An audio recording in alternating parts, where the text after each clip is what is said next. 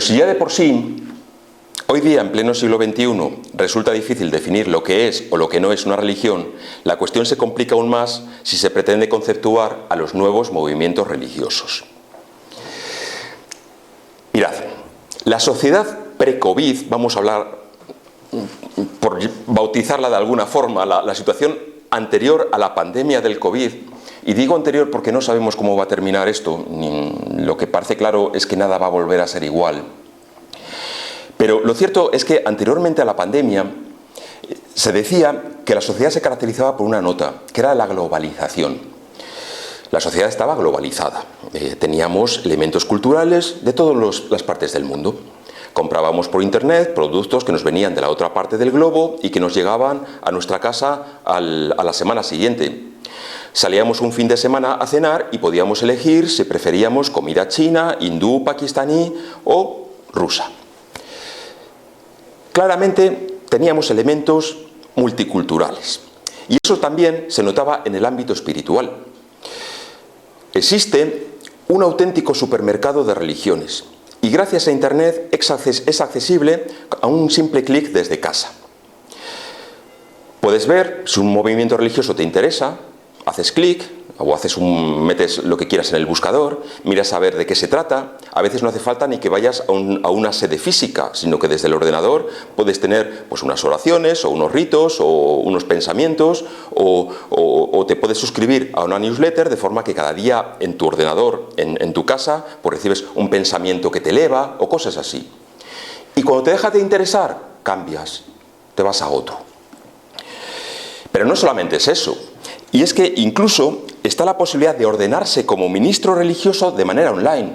Me llamó mucho la atención cuando buceando en la red me encontré con la Universal Life Church, la Iglesia Universal de la Vida, donde ofrece un curso para ordenarte como ministro.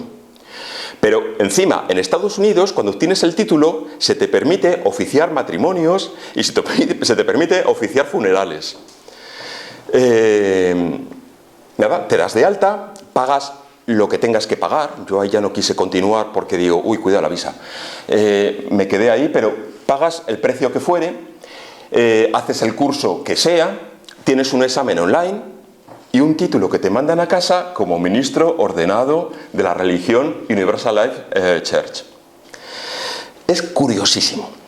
Entonces, bueno, pues es como funciona. También el mundo espiritual entró, al menos en la época pre-COVID, en el mundo de la globalización. Pero cuidado, no nos confundamos de partida. Un nuevo movimiento religioso no tiene por qué ser algo marginal, poco conocido, una secta destructiva de la personalidad o un fraude online. No sé si es un fraude o no, lo ignoro, pero parece que dices, ¿qué forma de sacar dinerete?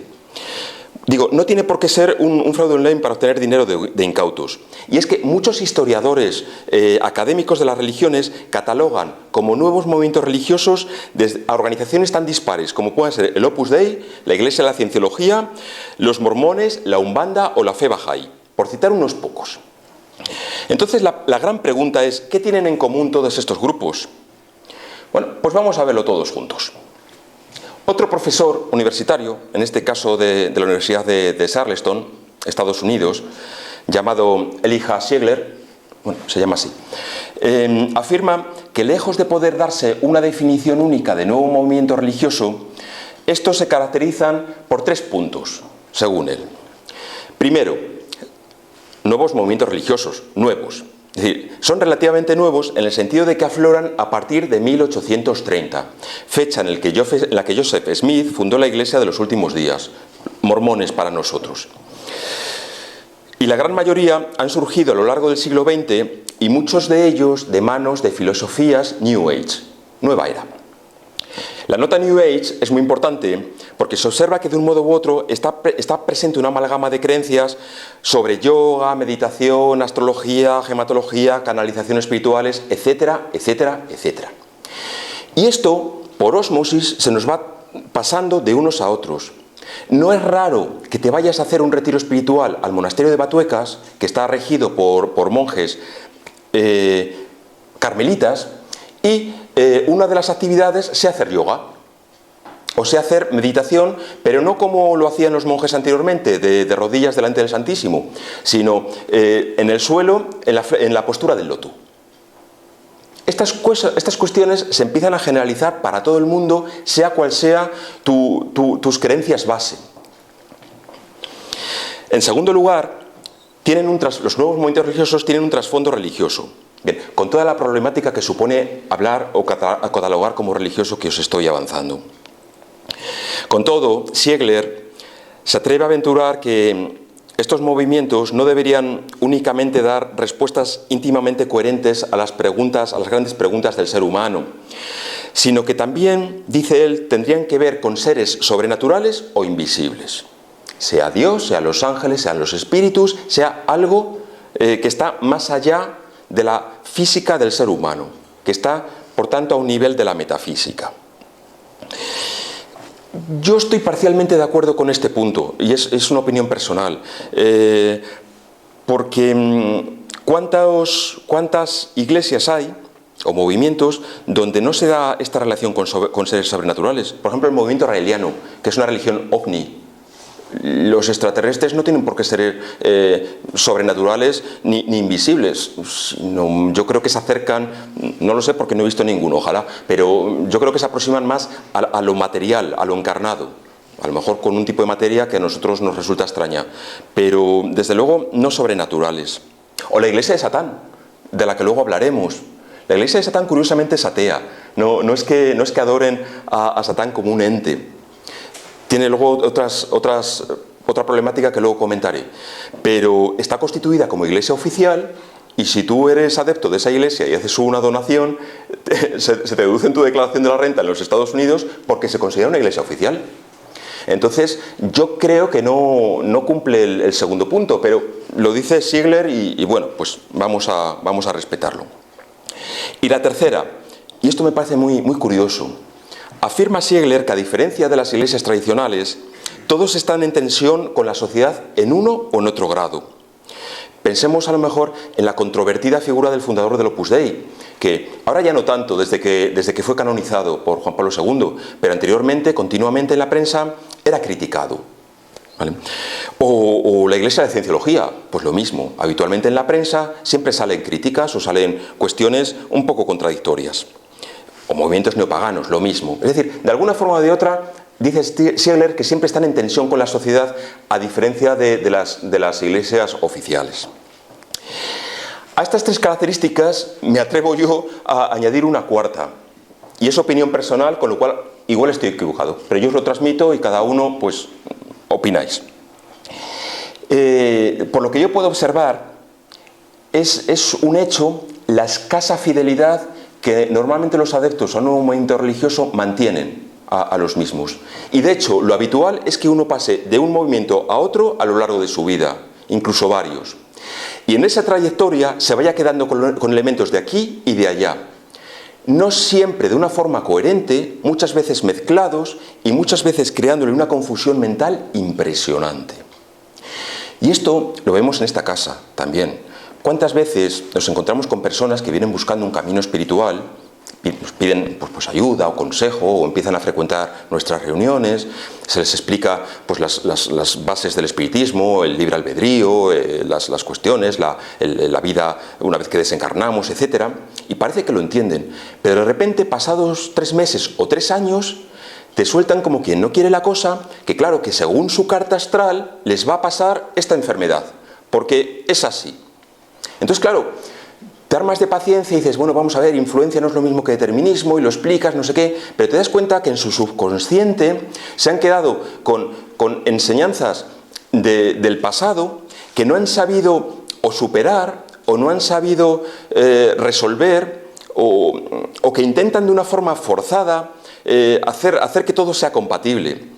Y eso da a veces verdaderos quebraderos de cabeza, porque si tú metes en una coctelera el dogma cristiano o el dogma católico con enseñanzas New Age, con el espiritismo, y le das a la turmis, al botón,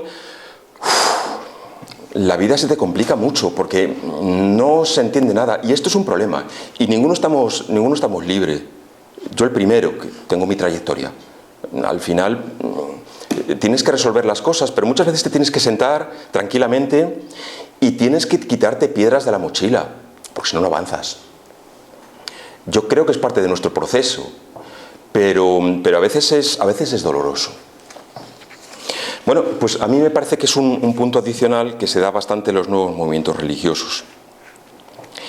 La Wikipedia, esa estupenda enciclopedia online, nos ofrece un punto de vista adicional muy interesante sobre estos nuevos movimientos religiosos, pues sustituye la conflictiva palabra religión por cultura religiosa como expresión, y además reconoce que pueden abarcar una pluralidad de ellos, de movimientos, desde ramas o derivaciones de las iglesias oficiales, como el que ya he citado, pues, Opus Dei, o los focolares, neocatecumenales, etc., a otros con un mensaje absolutamente novedoso, como la cienciología, que también he citado, o otros derivación de otras creencias, la fe bahá'í o la ciencia cristiana.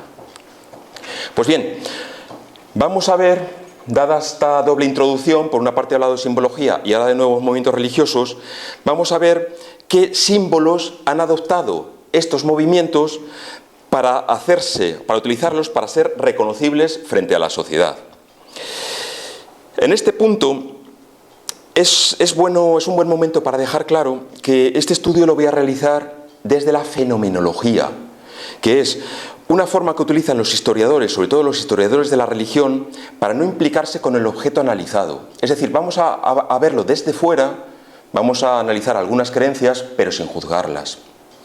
De una forma lo más aséptica posible, que no siempre es fácil, porque automáticamente uno confronta con sus propias creencias. Pero vamos a hacer un esfuerzo porque me parece interesante, es la forma de conocer otros, y sobre todo desde el respeto, porque detrás de un movimiento religioso hay personas honestas que están en una búsqueda, que bueno, pues luego ese movimiento nos rechinará o dirá, uy madre, o lo que sea, pero hay personas que honestamente están buscando su camino y merecen un respeto, al menos escucharles o a ver en qué creen, sabiendo que, como decía Allan Kardec en las obras póstumas, es propio de la evolución del ser humano que en un momento dado en el futuro no haya más religiones que una, la que está aquí, en el templo que decíamos antes que teníamos que construir, la catedral interior, la religión del amor, que por supuesto puede tener muchas manifestaciones culturales. Si uno quiere rezar 5 veces al día, formidable. Si alguien quiere utilizar el rosario, fantástico. Son expresiones culturales, pero la verdadera religión, aquí, el amor, y acordaos, hacia arriba y en horizontal. Muy bien, pues empezamos, ahora sí.